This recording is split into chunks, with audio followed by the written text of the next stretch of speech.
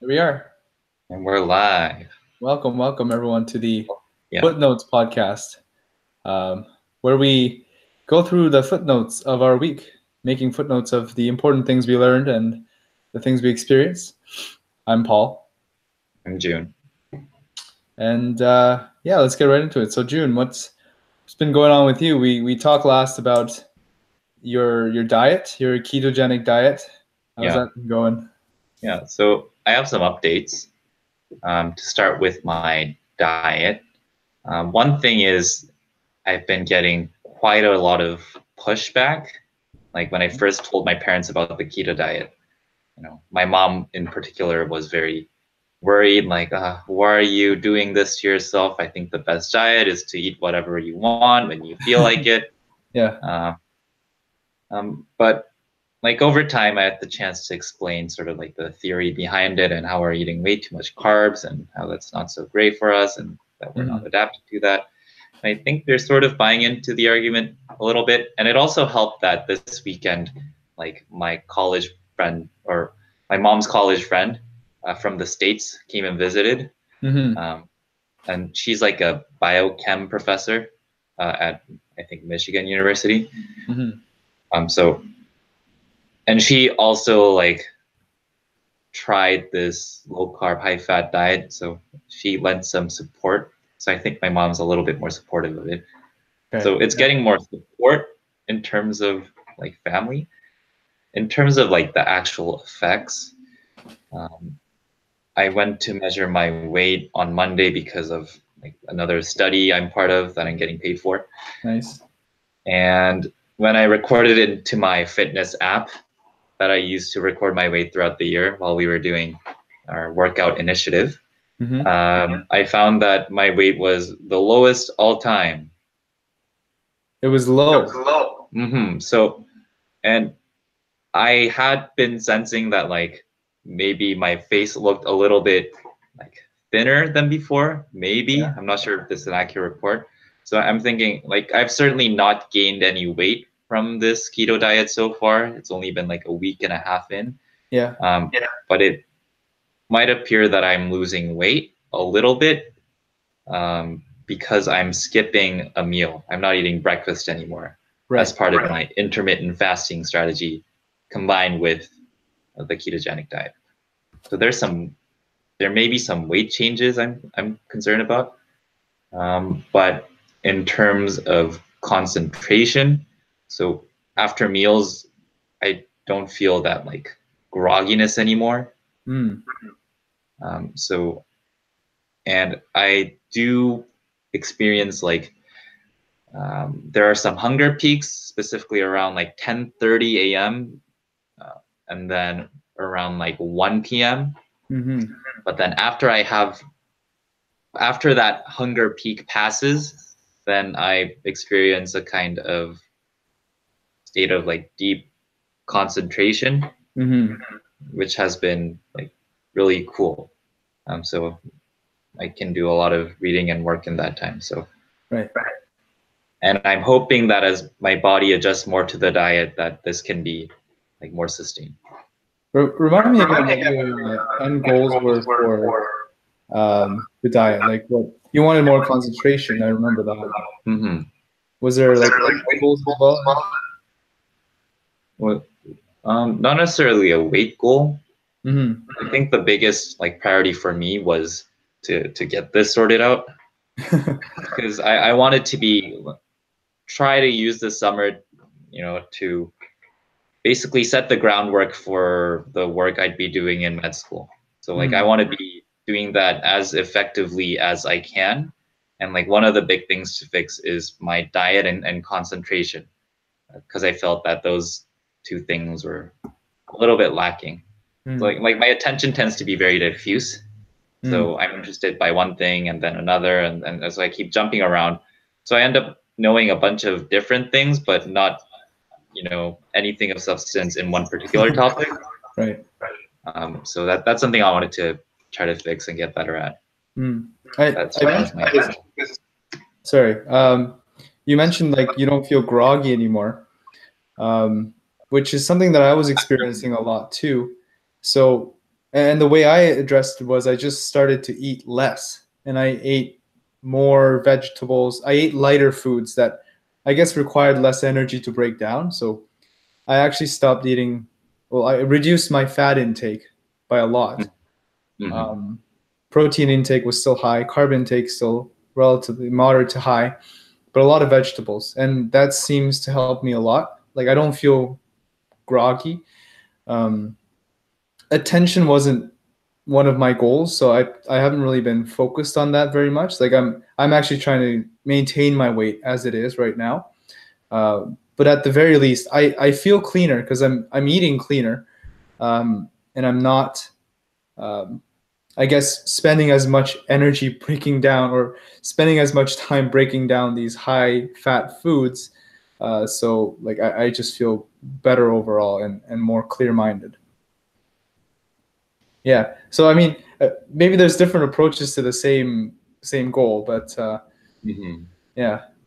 Yeah, we will continue to compare the long-term and somewhat unscientific findings Well, I mean, there's two case studies. That makes a case series, isn't it? of So of different.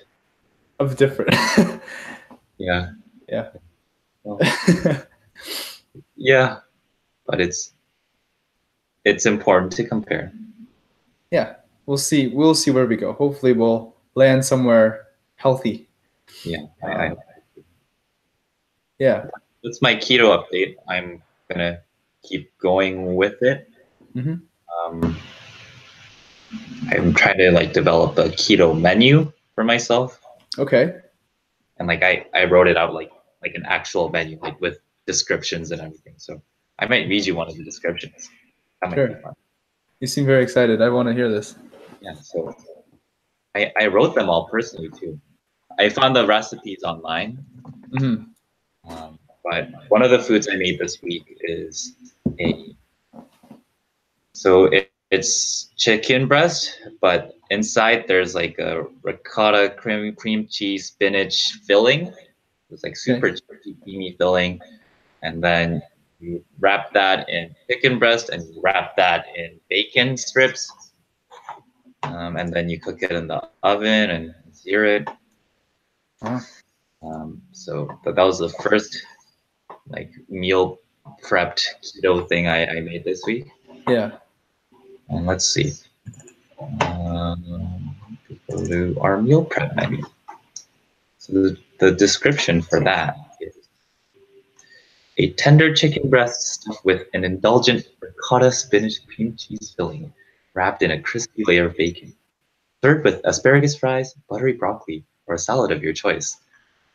And I'm planning to like, it's a little corny, but like I'm planning to like calculate the price per meal and Yeah. then like put it next to the thing as if it was an actual menu. Mm. And then I don't know, I might print it out and make it look nice And with all the. after you eat, you're gonna say compliments to the chef every time. This is such a goddamn good meal. Yeah, it's like wow, this is an excellent meal. And the cool thing is like I can compare the cost of like me eating at home with like me eating at restaurants. Mm. I can well have like a catalog of the things I know how to cook and like my specialty. So Hmm. like my own little cookbook that I can always go back to.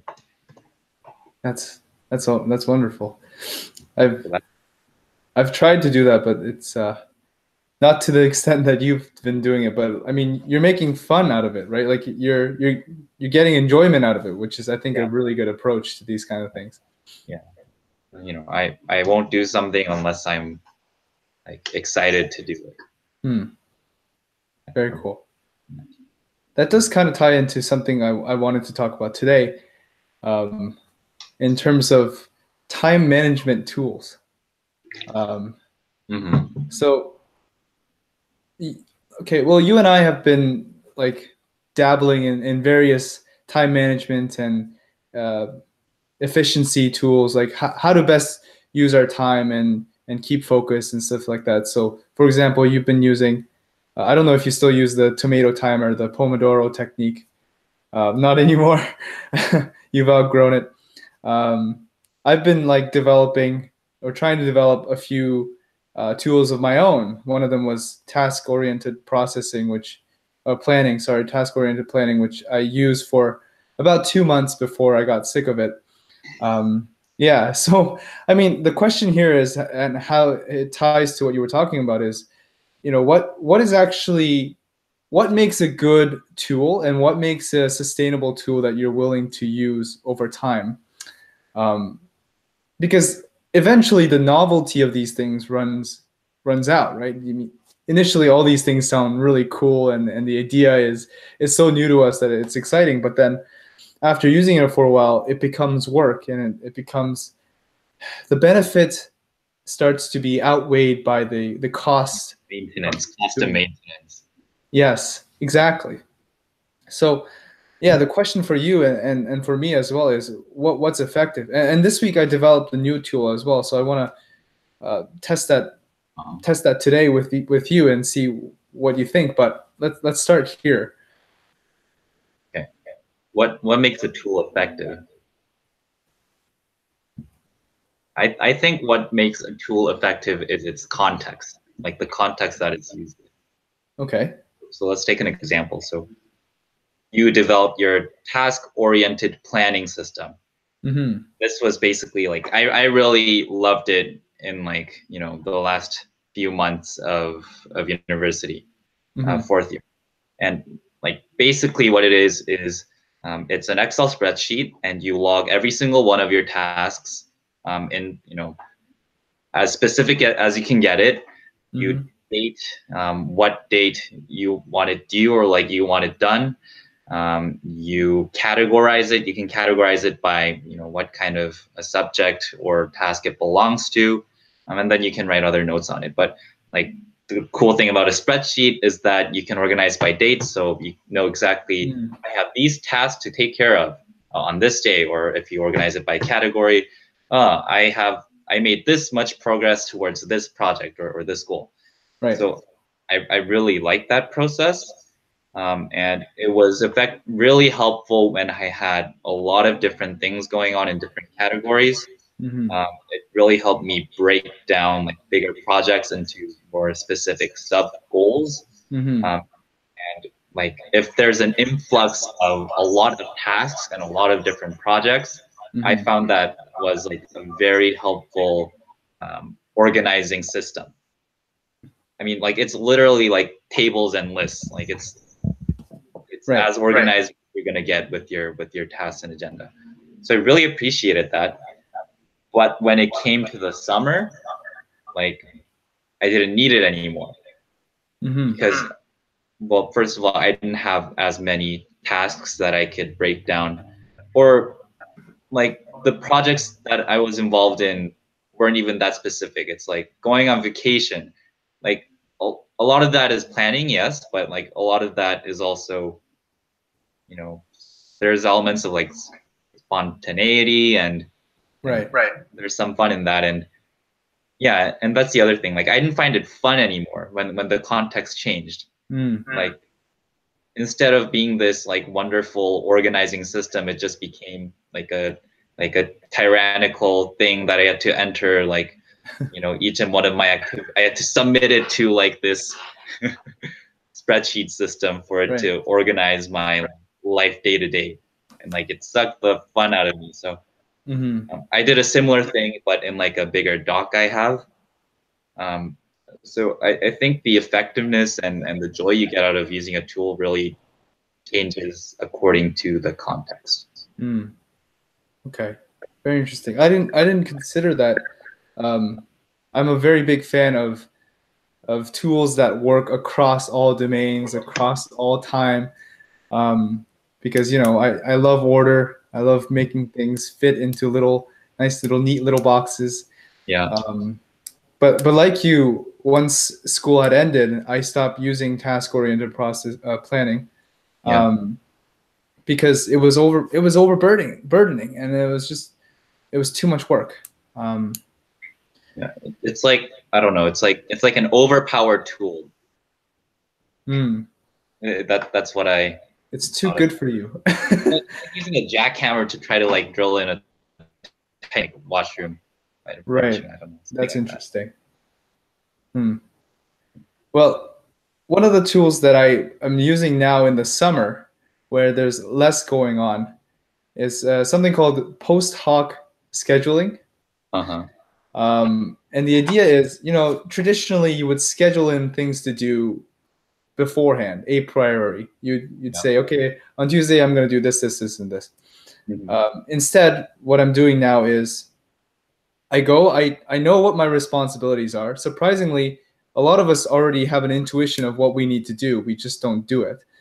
So I do what I think is necessary in the moment, and then I record what I've done after I've completed the task or I've spent sufficient time on it, or enough time has passed. So the main advantage that I found with this is because not too much is going on right now, Mm-hmm. I sort of have this freedom, and I'm not, as you say, subjugated to this tyrannical system. Yeah. I'm free to do whatever I want, and it's very flexible in that way. But then after I do it, I have a sort of responsibility to record what I've done. And if Mm-hmm. I've been doing nothing, then I'm very, very aware of it. And Right. that's the strength of it, is that you record everything you do. So if you've wasted, let's say, 3 or 4 hours watching YouTube videos, as I usually do, Mm-hmm. then I have to, do the walk of shame to my calendar and record 3 to 4 hours of wasted time or time spent. You know, I say it's wasted because it's not very productive, but some people would argue otherwise. But yeah, so it's been very helpful, um, and it's interesting. I didn't expect you to talk about context, and now I'm thinking maybe in the context of school, because I'm also developing these to help me in medical school when I go. Mm-hmm. It might not work at all because there's going to be so much stuff going on. Mm-hmm. I'm still willing to argue though that like for the most part we know what needs to get done. I think we have a sense of that, and we put it off and we schedule it off. Mm-hmm. What this does hopefully is limit that, because you're accountable to what you're doing, and you have to record what you've done. So it's sort of this judgment figure, and I'm not sure if fear is the best way to motivate you to do things, Mm-hmm. but it seems to be working now. At least I have the freedom to do what I want in the moment. So yeah, I wanted to get your thoughts on that and what you think about that, initial thoughts. Yeah, I mean, like, I really like elements of that system. Like that, Mhm. that's very interesting to me. I don't think I've heard of it before. I made it up. Well, post talk scheduling. Yes. Yeah, so like one thing I really like about that is it gives you the flexibility to basically do whatever you want. Hmm. Now, I'm not sure if what you want is like truly what you want or what you think you need to do, what that judgmental figure of yours says like you need to do, but it sounds like you're enjoying it. So I'm thinking it tilts towards want to do Hmm. whatever that means. And then I also like the idea of recording that because it's like you're getting kind of raw data for how you spend your time. Like usually, Hmm. like obviously you're aware that you're going to be recording it, so it it is modulated a little bit. Yeah. But you're still getting like a really good sense of how scheduleless Paul the step spends his. And so, like, one question I would have about the system is, so, like, what do you do with that post hoc schedule? Do you look at it? Do you use it to inform, like, your future, um, yeah, your future schedule without a schedule? Right. So I do. Yeah, it's good feedback, right? To see what you've been doing and then to judge what needs to get done. Because if you look back at your schedule and see that for 3 days you've been wasting 6 to 7 hours, then you're like, oh wow, I need to really get on to what I actually need to do.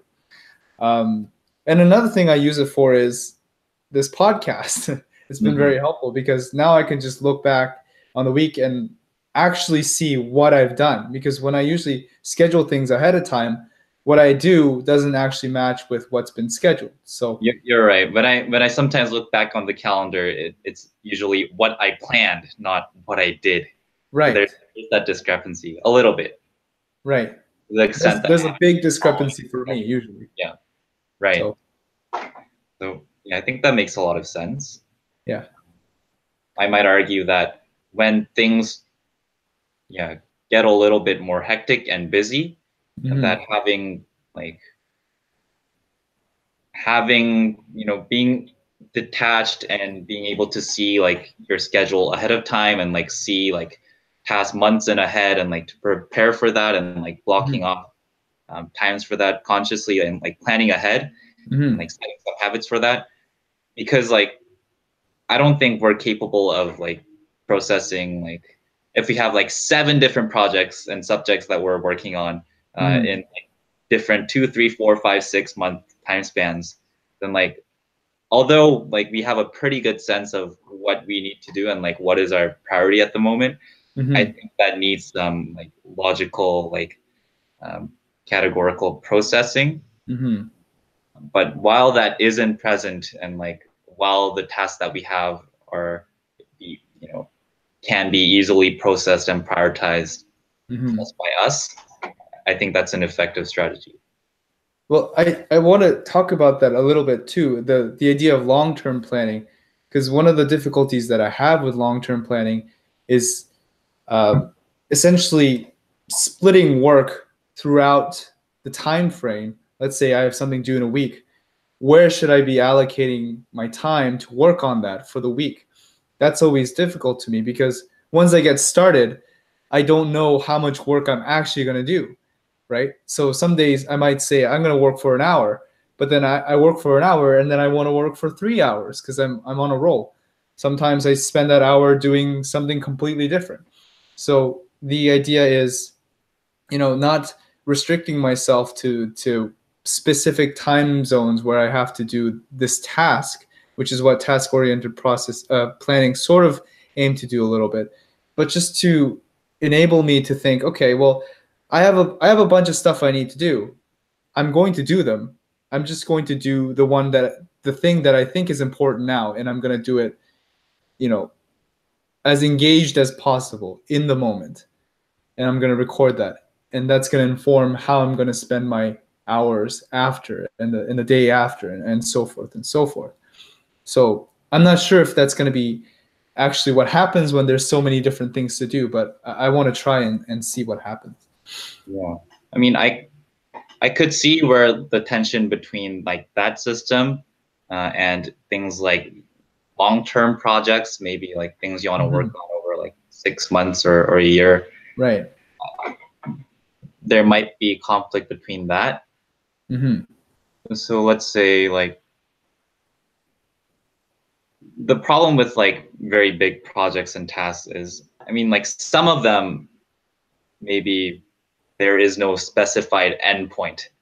So like in Mm-hmm. theory, you could work on it forever and ever and ever. So like if I have this like vague goal of like I want to learn more about the brain Yeah. and I'm gonna spend as many hours a day as like I want, that's very little direction. So there's a very high Mm-hmm. possibility that I'm going to pick up like one book on the gut and the brain and one book on the divided brain and one book on neurophysiology and one book on like you, and then like do very little of all of them or spend too much time doing one and not really Mm-hmm. get to a goal that I'm aiming at. So I found that it's important to like parameterize my goals and to see when I would have met that goal. Not like too rigidly. It depends on the task, but like Right. like a vague, general, like holistic vision of what that end state might look like. And then I think that you know, setting the end state does make it easier to um, help you map the conditions for that being met. So you could break it down, say to fulfill my vision of becoming more informed about the brain, condition number one is I would need to read more books. And so one project of mine is I'm going to read a book. And condition number two might be to go to classes for neuroscience and study the neuroanatomy. That might be another project. So I think that like limiting your goal and breaking them down, um, and then scheduling that in not too rigid a way. Like, there's some flexibility for you to spend maybe some less time on certain days, more time on other days. I think that's how I'm trying to aim to accomplish long-term goals. And I guess there's like elements of that that are similar to your, I want to call it the flow system. The flow system. It's the flow plus post hoc, post hoc scheduling. So yeah, giving it some like parameters and like scheduling in blocks that I know I'm generally going to spend time on like the thing I'm doing, and spending time on that, and then maybe at the end of the week, looking back post hoc and seeing, did I need to spend like that much time on this, or like can I spend less time on it? I alternate different days between different like sub goals that I have. So that's kind of the process that I've been doing, is setting up, well, breaking my life down into 4 broad categories, setting up some goals within, setting up an overall goal with categories, and setting up the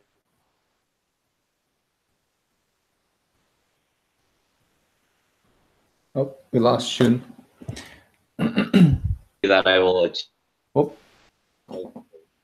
You disappeared for a few minutes there, or like a minute, half a minute. But I was basically saying I break my life down into categories, 4 categories. Right.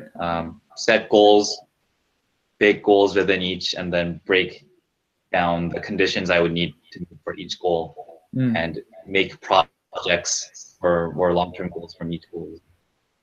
Break it down and down and down. It's kind of funny that you're taking a more structural approach, and I'm taking the more, not chaotic, but the go with the flow kind of approach, in terms of goal setting and planning.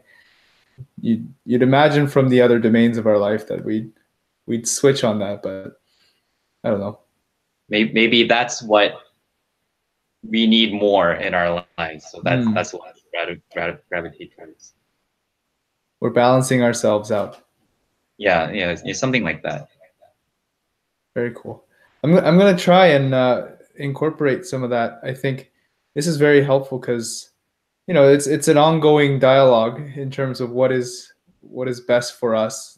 Like what tools, what strategies are good, because as we grow and change, we're going to need changes to our systems as well. So very helpful. I'm going to think on that as well. So yeah. Did you have any other footnotes that you wanted to mention, talk about today? Yeah, I mean, like, this one's interesting. Related to that process of like setting goals. So basically what I did was, my goal setting process ended up with 4 large pieces of paper that were filled with like goals that I had and the sub conditions goals that I would need to fulfill. And what I tried to do was I cut them all up, and then I tried to see patterns between the different sub goals, see if things can be categorized and organized in a more coherent way. So I had that like whole spread laid down on like another room on a table. And so like my mom was probably like cleaning or like being nosy and looking around like, oh, what's June doing with all these pieces of paper? And then like she stumbled upon one note that said something like, we'll look more into like psychedelics and marijuana. and something like that. So as Mm. soon as she saw that, she called me right away, like, June, like, oh my god, my heart is like fluttering so much. Like I didn't, mean to be nosy and to look around, but I saw this thing about marijuana and psychedelics, and like I just wanted to know if you're doing any of those like bad drugs, and oh my god, like they can ruin your life. Mm. The the concerned parental and especially mom rant. So at the time I was like, oh no, mom, I'm not going to do any of that. Just like, don't worry about it. Don't worry about it. Right. And then yesterday we had like a barbecue at the farm. So my dad owns a like garlic farm. It's like a nice Mm. little getaway place. So we went there, and then I was there with my parents. We also had like family friends come over from Chatham, which is near London, but like an hour away. Okay. And then also my mom's college friend from Michigan and her daughter. So we were all there, and then it was like pretty late at night, and then my dad, like, he was pretty drunk, and then he brought up the subject like, June, are you doing drugs? Like, why are you worrying your mom so much? Like talking about psychedelics when everyone else was there. So I was like quite shocked that he would bring it up. Maybe he was that drunk, or maybe like that was an acceptable thing to bring up among adults. But in any case, like I kind of got put up like on the spot, Right. in front of like all these Korean adults who, as you know, tend to be like more conservative leaning and tend to have like very negative perceptions towards any kind of drug. Mm. So that actually became a chance for me to like go on this whole rant about the history of psychedelics, like within like human history, within our culture, and then it's like current uses and research. And then like I think I got through to them, or like at least they seem to be very attentive, and understanding. So like I was very decently, yeah, like, I was very surprised at Mm.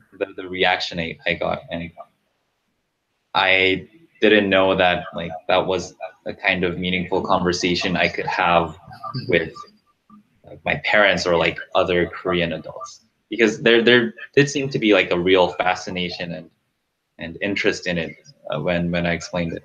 Mm. Yeah, I mean, I could give a little bit of the spiel right now in terms of like psychedelics. Would you like Depends that, on what Paul? you want to do. Or do you have any questions before? Well, I just want to comment on why that discussion maybe was so great. Uh-huh. Um, I think we have to accept the fact at this point that we are adults too. I Uh-huh. know it's shocking. Yeah. And we're not just adults, we're adults now going into medicine. And Mhm. we're also adults who are interested in a lot of things and are willing to read up and educate ourselves into these things. And so I think that sort of thing definitely rubbed off when you were talking about it. Like you've given me the spiel before, and I've met you with the same sort of hesitation and I guess criticism. Well, but the strange thing was I got more skepticism from you than from my parents or any Really? parents. So Well, it's funny because, well, I mean, at this point, you've probably delivered this like 5 or 6 times. all right, so maybe my delivery and knowledge got a lot better. Yeah. Yeah. And I want to address this in another footnote, actually. But the point is, I feel like you made a compelling argument. And I think they must have been open to that idea because you were so mature and sincere and genuine about it. Right. Right. So that's just one thing I had to say. Like, don't be too surprised, but I understand why you would be. Yeah. Yeah. So yeah, and that's a really good point you make. Is one of the ways that one of the things that make arguments compelling is if the person that's talking about it genuinely believes in it. Mm-hmm. And like there's some kind of power to that that's like beyond rationality. Mm-hmm. And yeah, when you're genuine about it, when you're very meaningfully engaged in it, I think that increases the probability that others will engage with the same, let's say, amount of attention Mm-hmm. as you are bringing the subject forward with.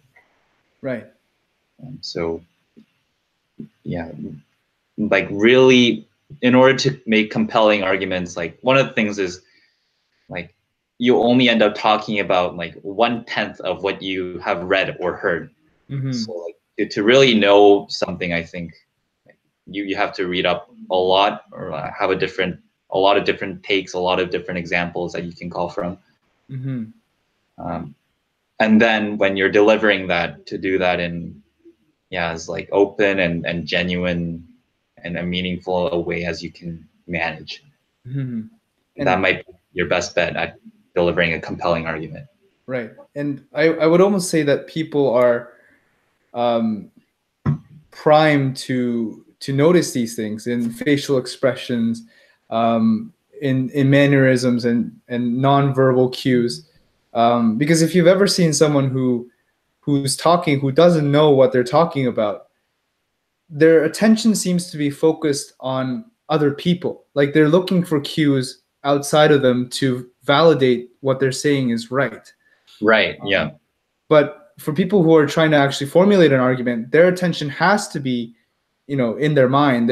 They're more focused in the mind, trying to put together their knowledge to deliver a message. So, yeah, it's very visible, and I think people are rather good at picking that up. You're So right. it's hard And to fake. you become more self-conscious when you know you're vulnerable. Right. Like when you know there are weaknesses or gaps in your knowledge or in your model of what you're trying to talk about, then I think it's inevitable that that kind of vulnerability will come out and surface as maybe like a hesitation when you're Mm-hmm. talking, maybe like uh, eye movements towards different people, trying to gauge at what they're doing. Right. All the things you talked about, like the gestures, seeing the whole facial expression. These are all right hemispheric functions, by the way. Wow. Okay. I also learned this. Huh. Do you want to go and talk about the divided brain Well, I mean, updates? well, let's talk more about the arguments. Sure. Well, I'll try to bring in divided brain things when I okay. find it. Yeah. So, I mean, one of the things that I wanted to talk about to you this week. So I was watching this video with Jordan Peterson, um, Eric Weinstein, Yeah. Ben Shapiro, and Dave Rubin, Yes, I've seen that. and it's like the whole time they're basically talking about what makes them interesting, which I kind of thought was funny. Yeah. But one of the points that was brought up was the importance of formulating your argument. And they were talking about how they found it fun to make the best argument they could for a topic and to test that against other people and to see other people's best arguments. And in doing so, they would improve their own and start to build up their own foundation of knowledge based on what the feedback from other people they were getting. Mm-hmm. Um, I might comment that mm-hmm.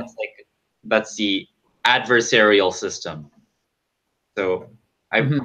watching some videos on how AI work. Okay. A lot of AI, for example, let's say, have you heard of? I think it's called face mapping, or when you deep fakes. Deep fakes are what they Yeah. are. So like when you have a video, but a AI can replace basically. They can make Obama deliver this exact like speech I am giving now in his voice and his like completely swap that out. Like Mm-hmm. AI has the technology to do that. So imagine that one AI software generates those deepfakes. Mm-hmm. And one AI software is developed as its adversary to Mm-hmm. find all the to correctly identify whether this AI is generating whether it's a deep fake or a real video. Mm-hmm.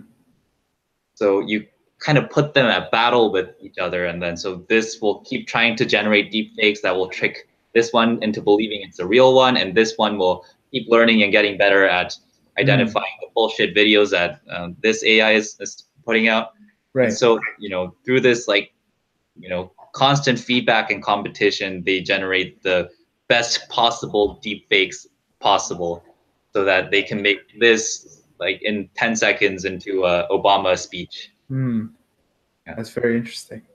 So I think that like adversarial element Mm-hmm. when you're formulating arguments is very important to refine it to make it the best possible version.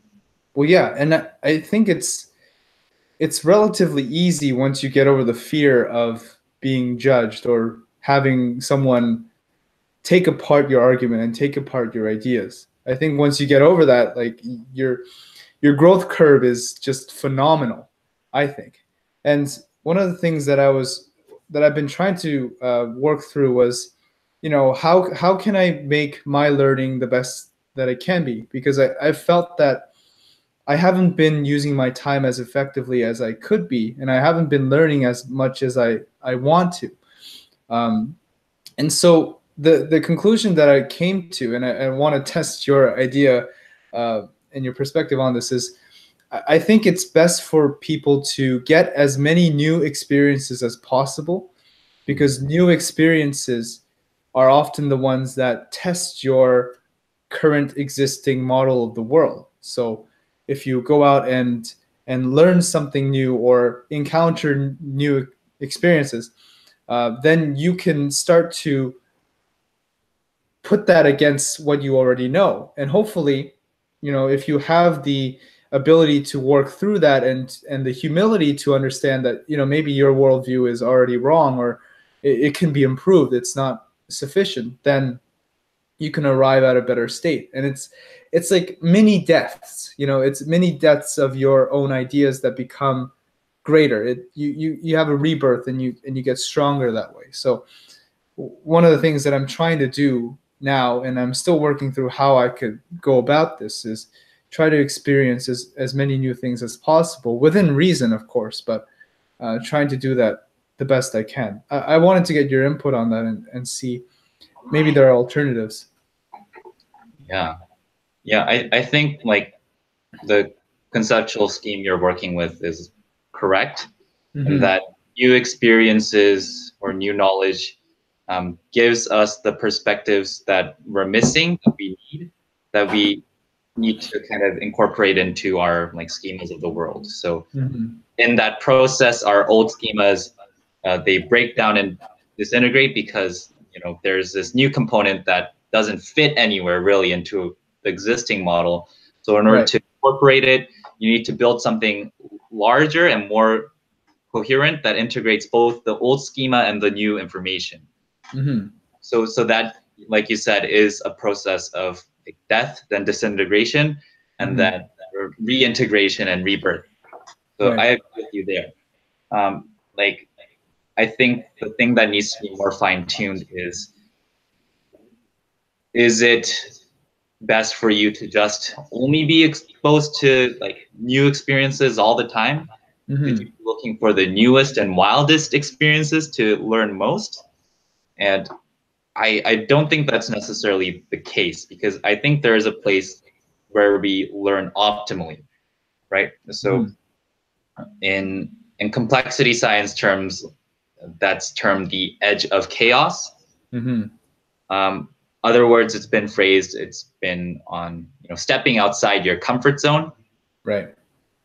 but you never phrase it as like leap outside or dive, hundreds of meters outside your comfort Mm-hmm. zone. It's yeah, like you said, within reason, Mm-hmm. try to experience new things that well, that you think you can reasonably take on, or with a little bit more courage can take on. Right. And those should be the kind of experiences where you gain the most, because that's when you have one foot in what you already know. And so there's enough of a, enough of a pattern of predictability and stability, so that you're not completely freaking out and you don't have complete sympathetic activation and stress about this jungle you're thrown into. Right. But so 1 foot in order, but also 1 foot in areas where in chaos, where you have the possibility for novelty, for changes. So that place between order and chaos is supposed to be the place where you can learn optimally. I think that's really good advice, and I think that's very accurate. And I maybe to map that onto what we've been talking about a little bit.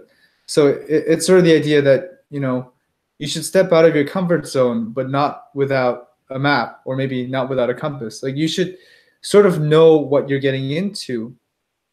Otherwise, once you come back to the comfort zone with that experience, you won't know what you were supposed to learn from it. So the idea that I'm getting here is, I want to say that it's important to formulate your own opinions and your own arguments, and to test that against other people. And you should go and test it wherever you can. But at the very least, know what parts of your argument need testing, right? If you just go out there with no sense, you're either going to get destroyed, or you're just going to get reconfirmation of what you already know, and you're not going to learn anything. So you should know the weaknesses of your argument as you would know the weaknesses of yourself, let's say, and go out with the intention of trying to improve on those, or trying to learn more about those. Right. Like, being able to identify like where you need repair, I think, is a good skill. Yeah, so I don't know. It would not be wise to maybe take your arguments and go to, I don't know, like try to go to a Nobel laureate and be destroyed by his or her wisdom and knowledge and brilliance. Like, you would just collapse, and there'd be no getting up from that. Maybe there would be zero way to integrate like the kind of profound things that they had to say, or like the specific details that you have no idea what they're talking about. So I do think it's good to first identify where you want to fix something, or where you want to grow, and then to go to a source that can provide that growth, that won't completely shatter you and leave you feeling, well, completely inadequate, completely stupid. Right. So it's there's a zone of proximal development. I think there's like a psychologist that coined that term. I'm not sure who. I hope I can like learn in med school. But yeah, there is that zone of proximal development, the stepping outside your comfort zone, the line between order and chaos, that's optimal for growth. One interesting thing to consider might be, so there are weak spots that you can be aware of, and then there can be the weakest spots are the spots that you aren't even aware exists. Right. Like, yeah, like a blind spot that you can't check. Like, it's literally a blind spot. How do you check those? Well, I can't think of any other answer than to have a friend along. And hopefully that friend can, at least point out those blind spots or cover for them. Right. It's not a solo venture, right? Hopefully it's not. And it's good to have people you can have these discussions with, so that if you can be truthful and honest with them, what you think they could improve on, and they'll do the same for you, then both of you are going to end up in a really great place. Um, yeah.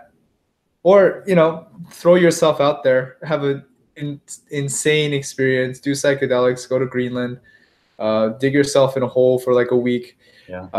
only eat, mushroom diet, mushrooms and Uh-huh. grass, I don't know, and then come out with a profound understanding of human existence. That's another way to do it, I'm sure. If you aren't destroyed by it. If you aren't destroyed physically or mentally or Yeah. otherwise. I, I think I've talked to you about this before, but there's this idea in mostly the Old Testament Mm-hmm. where,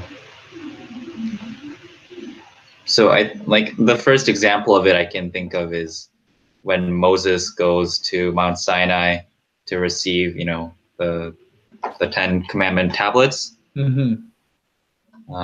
I think it's during his return that like apparently the glory of God was like shining down from the mountain, and people couldn't like dare look at it lest they die. Mm. Or there's another idea where there were two like priest dudes carrying the what's it called, the Ark of the Covenant. So Mm-hmm. Mm. really precious ark that has all the, let's say, like foundational and meaningful symbols and tools like the Ten Commandments and manna and Mm-hmm. like bread from heaven, like all that contained in a fancy ark that someone was about to fall with it. So, of course, there was an Israeli dude saying like, "Oh my God, the Ark of the Covenant," and then he went to rush to like try to stop it, Mm-hmm. and then I think the story goes like God smited him down for that, for even Mm. touching the Ark of the Covenant. Right. And like, there's this idea about like if you try to approach the divine or like that which is so beyond you, beyond your comprehension, and that you might just be blinded or Mm. die from it. And you know, I can see where that's true to like some extent. Like if you try to integrate a piece of information that is so beyond you, Mm. usually you have to like throw it away. Like I don't understand this. This doesn't make sense. But like Mm-hmm. maybe if you try to incorporate it, then you won't be able to, Mm. or maybe your mind will break apart. Something like that. So You'll have anxiety or depression or schizophrenia. right, yeah, you'll a part of you will be like permanently broken or damaged or questioning Mm. if you try to know too much. That's strange. That's a strange idea, and it's something I'm not comfortable with. Like maybe it's just arrogance or pride, which is a sin, to think that there's nothing out there that can't be Uh, understood. yeah, yeah, no, I do think that is like an issue of pride, Mm. because like, so let's go back to your new experiences example. Mm-hmm. You learn the most from new experiences. Maybe I should go to like the Italian mafia and see like what the organization's like. Maybe I have a lot to learn there because it's like a very new experience. But doing that and not being the kind of person that can, let's say, like handle that burden or are not up to that task, if you go with a sense of pride and self deceit about your own abilities, Mm-hmm. like it's pretty likely that you'll die. Yes. You'll be killed. Um, so I know I think there's something there about Mm. trying to do too much in terms of new experience. Like you got to know your limits. Mm. You got to know the kind of like, in some ways lowly and worthless, tiny human being that you are, and well, not be, too prideful in your, let's say, thirst for new knowledge or experiences. Hmm. Well, that's new knowledge that I'm gonna have to integrate and see if I can come up Yeah, with a better way. learn with humility. Mm, Yeah, there you go. that also relates to, like, there's a verse in Psalms that says, the fear of God is the beginning of wisdom. Mm, And, like, well, yeah, I think you do have to fear something. Like, I think there are lots of things to be fearful about in this world. Like, it mm. it occurs to me that as I grow older and older and Older. older, and well, I'm not growing younger. Like, Okay. it occurs to me that there's, like, genuinely, like, very frightening and scary Mm, people, organizations, motives, and intents in the world. mm-hmm. Like, yeah, so, like, when you hear, like, bedtime stories as a child, um, I don't know, you might hear of these, like, maybe epic battles, and the hero conquers the dragon, and it's all Mm-hmm. fun and games. And then you realize, like, truth is stranger than fiction. Truth is more like, yeah, those battles do happen. Like, people do kill and murder each other, and there are truly malicious intents, and so, like, the reality of that kind of hits you. Mm-hmm. It's not just a story. There's stories about it because it's real. Right. So I think that also gives you a kind of sense of humility. Mm, Like, yeah, of course you're trying to learn, and it's great that you're striving for, to understand, like, the truth as much as possible. mm-hmm. But, like, yeah, you gotta really have some humility. And This is really fascinating because just today I was watching a video. Um, it was something called like the death of the first Egyptians or something. Animated video. I don't know if you've heard of it. I've seen it, Um, but yeah, no, not in its entirety. right. I watched the entire thing because I was captivated by it. But it reminded me of death, and that's something that I guess we don't think about all the time, of course. But the mortality of human beings is insane. The fact that we're only here for who knows how many years, and we have to make the best use of those years, I think is something that I just haven't been thinking about, right? And rightfully so. I mean, I've been a child for a very long time. For most of my life, I've been a child, um, and I've been an ignorant child, but a blissful one. Hmm. Um, but as you say, the more I grow up, the more I see, I guess I wouldn't call it evil, but I do see the evils of the world, but I also see, my own demise. I see the end. And I'm 22 and I see the end and I'm already scared of it. Um, so yeah, that's a happy note. That's a happy footnote. I mean, yeah, there's a connection between that and, like, the story of Adam and Eve, let's say. So, Hmm. like, the basic story of Adam and Eve is that, like, the snake offers the forbidden fruit to Eve. Eve eats it. Eve offers it to her husband. He Hmm. eats it. Adam eats it, and then a couple of things happen. So their eyes open. Hmm. Um, they become aware of their own mortality and then their death, Hmm. and they recognize their own vulnerability and nakedness, and they quickly cover themselves up. So, and that story is known as the fall, a fall of Hmm. mankind. Hmm. And it kind of occurred to me that, like, that's sort of in one way that could be interpreted is that's like a narrative representation of what happens to all of us as we Hmm. grow up.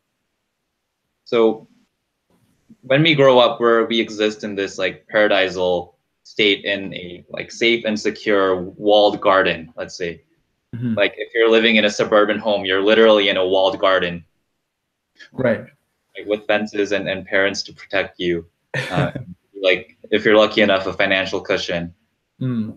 So you're really in this naive, ignorant, and paradisal state. But as you grow up, like you said, your eyes open, and what that means is the world isn't what you thought anymore. Mhm. There's much more to it that you don't quite understand and grasp, and so there's an element of like, chaos and not being able to understand there. Mhm. You also become aware of your limitations, like of the fact that you're going to die and your mortality and your own limitations and vulnerabilities. Mhm. And then, well, the task for you is okay, well, how do you go about living in this world when you, woken up to all these terrible things? Right. How should you go about it? And like, basically, the first human being that was born in those conditions decided to murder his brother out of resentment. So it's like a terrible state to be woken up to, Mm. knowing that like yeah, there's like very terrible things going on in the world. Like Mhm. people can suffer a lot and unjustly in a lot of cases. Mhm. And like, what do you do about that? Like that's Well, hats off to our parents and the education system and our peers for building us up in this walled garden, making us stronger before we're sent out, cast out, and to face the reality. Because our civilization now, our society is very comfortable. Like living in that society is very comfortable, especially when you're young. realistically. Yes, it's been getting better since forever. So and it's also been good at training us to be, well, this is my opinion, it's been good at training us to be, um, I guess, strong enough to deal with reality once we realize it. Of course, there's so many arguments about this, whether or not the system is actually working for all of us or not. But to me personally, I feel like I've grown safely and been given the opportunity to meet chaos in little amounts to be able to build up a resistance towards it. Um, but yeah, I think thank you is what I'm trying to say. I'm very grateful. Yeah, yeah. Be grateful, be humble. Sit down. Yeah. So I know you wanted to get to a few things. I think we have a bit of time if you want to jump Mhm. in with another footnote. Another footnote. What did I have in mind, Paul? I think you wanted to talk about adaptation. Hmm. That's one. Yeah, no, that might be. So last week you told us a story about the golf game Yes. and how. Well, can you describe it briefly again? Sure. Well, I explained my trajectory over time, what happens. So I usually start out moderate to bad, and Mhm. then it descends into, I call it the depths of hell, as I get increasingly frustrated with my lack of skill and ability and inability to maintain to be calm. And then I sort of let go. I start to enjoy the game more. I give up on my score, and then I have a rebirth. I start to come back, and my game gets phenomenally better. And that's how I usually end. And it ends way too early every game because I start doing well at the 16th hole. Mhm. Yes, that was the story. And then as I was listening to that story, Mm-hmm. while listening to our podcast from week one, I noticed that the same pattern happened within our own podcast. So at the beginning, Interesting. I thought that we were a little tense, Mm. a little formal, a little too concerned about, like, at least for me, too concerned about what I was saying. So Yeah. there were bigger gaps like this in Mm. the space between my words because I was like thinking so hard about it. And then I noticed in the end, like my facial expressions relaxed more, my Mm. speech became more natural. Like I let go and things got better. Mm-hmm. So I think that that is sort of a pattern. Mm. That is a pattern that happens when we are engaged in a game, maybe. So I had a kind of hypothesis about it. Okay. So it's like when we try to adapt to new situations, Mm-hmm. it's when we try to adapt to a situation or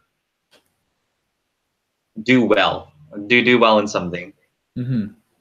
we try to focus in on the task and to, well, not may take the wrong steps and to Mm-hmm. do everything that we know or that we think we know is right. Mm-hmm. But in that process, we lose touch with kind of all the other, well, things that are going on within our brains, within our body that help us perform at that task. So maybe in golf, rather than thinking about the mechanics of golf, actually feeling like how your swing feels and being more in tune with that helps more. So, when you finally let go of the thinking aspect of that, you're able to, well, play the game the way you're meant to play it, like Mm. as a game. I'm supposed to have fun. Yeah, I forget that every time. You're supposed to have fun. And to me, that represents like a left brain to right brain kind of shift. Mm. Because if I could describe the personality based on what I've read this week from the Master and His Emissary book about the two hemispheres, if I Mm-hmm. could try to explain it, the left hemisphere is very stubborn. It only focuses on what it knows, and it will pretend to know something even when it doesn't. So there's this cool experiment in split brain patients. In split brain patients, both of the brains maintain their own separate consciousness, let's say. So it's as if you have two completely different personalities within yourself. Mm. So let's say you put a blinder on, and then you show each hemisphere an image, like one of snow and one of like chicken, let's say. And then you lay out cards in front of each hemisphere and then ask the corresponding hand to choose a card that relates to the image. So let's say the right hemisphere saw, a picture of snow. And so with the left hand, which is controlled by the right hemisphere, it'll choose a shovel, Mm. making that association. The left hemisphere saw a picture of uh, a chicken Mm-hmm. or chicken farm. And so with the right hand, it chooses a picture of chicken. But the interesting thing is here, so you can ask the left hemisphere, um, you reveal both cards to both hemispheres, and you ask the left hemisphere, hey, so like, why did you with your right hemisphere and why did you with your left hand choose a shovel? And the thing is, if they were connected, if they were still connected, it would get visual information from the opposite half. So it would know that the right hemisphere saw snow and chose a shovel because it saw snow. Mm-hmm. But in this case, because they're split brain patients, like the left has zero awareness of what the right brain saw. Mm-hmm. But in split brain patients, when you ask the left hemisphere, the talking hemisphere, it will reply making bullshit up exactly on the spot with like 100% certainty saying, oh, yeah, well, I chose the shovel with my left hand because obviously you need the shovel to pick up chicken scraps. Like it will generate that automatically. Huh. So there's this certainty and stubbornness about the left hemisphere that is always trying to reinforce what it knows and make coherent sense of things, even if it doesn't know it. Mm-hmm. Such a professional bullshit generator. But that shows you to the extent that it's kind of focused on what it knows, and Mm-hmm. trying to force reality to its own terms. Mm. So, when you mentioned in the golf game, really narrowly concentrating and focusing and trying to improve your performance, I think that's primarily a left hemisphere function. In contrast to that, the right hemisphere um, is much more responsible for you, like personal awareness, self-awareness, Mm-hmm. for being attuned with your embodied sense of self, Mm-hmm. as like a living organism whole with feelings and emotions. And so I think maybe the process that happens is when your left hemisphere learns to let go and recognize that there are some things that are out of its control, Mm-hmm. then the right hemisphere can, breaking free of that inhibition, in a state where you've let go, given up trying, and take over, and help you play the game. Mm. So Interesting. that's kind of my hypothesis. Mm. I want to comment a bit on it because I wonder what the effects of training have on the let's say the involvement of the left brain and the right brain. So I mentioned also that I played for a high school team, so I did spend a lot of hours training my swing and learning golf. Um, so that's, I guess, would be a primarily left brain thing, left brain function to recall those uh, recall that training. Mm-hmm. Um, and then would it be a right brain function to what would the right brain be implicated in that case, do you think? Or is it not that dichotomous? Yeah, well, the right brain seems to be specialized in trying to take in new information and being open to that possibility. Right. It's much more humble in that respect. In regards to training, I'm not sure about the specifics of golf, Mm-hmm. but in music training, comprehension and and feeling music is generally handled by the right hemisphere. So Mm-hmm. when you're first exposed to a piece of music, the right hemisphere is what's primarily responsible for, well, experiencing that music. Mm-hmm. But what's interesting is as you practice that piece of music and encode it into your nervous system and your fingers, Mm-hmm. it gets transferred over to the left hemisphere. That becomes a domain of known competence. Mm. So in that activity, that's primarily a left hemisphere activity. But there is another interesting note. When so most pieces of music, when you learn it, it completely shifts over to the left hemisphere. Mm-hmm. But I think they did a study involving. Are you aware of uh, some of Bach's piano pieces with a lot of counterpoint? So counterpoint is like when the left starts playing one melody and then Mm. the right starts playing a separate melody. Right. Okay. They both develop those melodies, but they're always interacting with one another Yeah. and harmonizing while having their own separate melodies. So like Bach was kind of a genius at doing that. Mm-hmm. Interestingly, when they're doing that,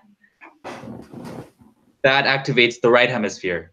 Even though you might have practiced it a lot of times, Mm-hmm. it seems that in that piece of music, there's always kind of novel elements that Mm-hmm. maybe it didn't even know existed before as it's playing, that it's trying to incorporate. So it seems that even when you've practiced something a lot and you think you've integrated into your left hemisphere, maybe as you're playing the game, let's say in your game of golf, there's always going to be changes to the environment. Like the greens are going to be slightly different, the Right. winds are going to be slightly different, and you can't account for all of those with your left hemisphere certainty.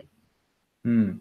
So I think there may be, in certain games, certain situations, you may need to kind of shift over to and let the right hemisphere incorporate that which is changing and new about a situation for Mm. you to really perform in it. Mm.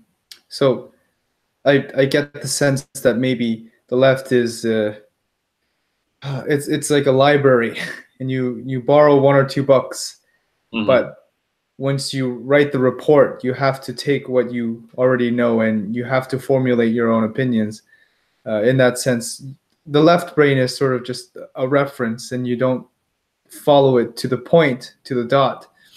You use it as an informant, and then hopefully you have enough faith in your own ability to, let's say, formulate your own report or write your own arguments and opinions to make something good. So I think in the golf game, yeah, I think there's a level of faith, and as you said, every time you hit, it's a different lie. The green's different, the grass conditions are different, there's different wind and things like that. So there's definitely a level of flexibility that's needed.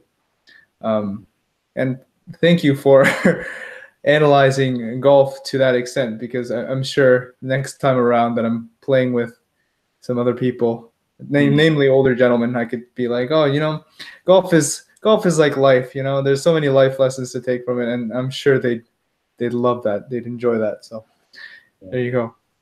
Yeah. Great And one analysis. other musing that I might leave you with is I think that, so let's say the golf example, the podcast example are micro level adaptations. Mm. Can this happen at a more macro level?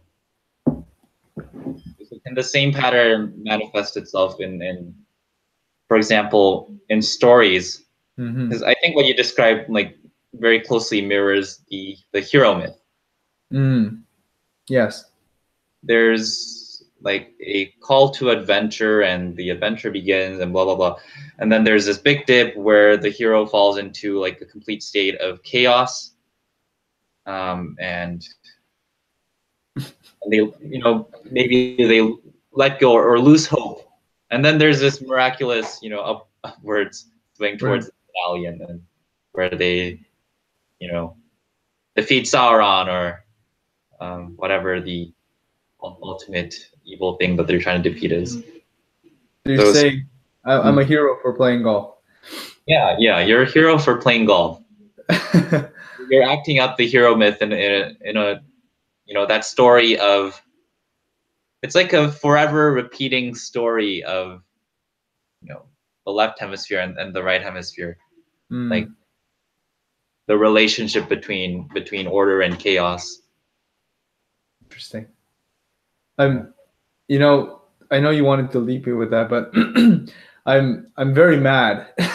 I'm very angry that I have to live out the hero's journey every time I go to play golf, because it means every single time I have to, reach those depths and find myself in such a terrible place. I mentioned previously that the way to circumvent that is to reach that low point sooner, maybe sooner in the game or during the warm up, so that once you actually go into the game, you'd be on the rise. But I have yet to figure out how to not be a hero on the golf course, and just be, I don't know. Be above it all. Yeah. Be Gandalf that comes in on the eagles at the end and Oh yes. the entire Frodo and Sam journey. I need my eagles. I literally need eagles. Oh wow. That's so funny. Birdies and eagles. That's amazing, dude. That's amazing. But yeah, that's an interesting thing that golfers use. I don't know why.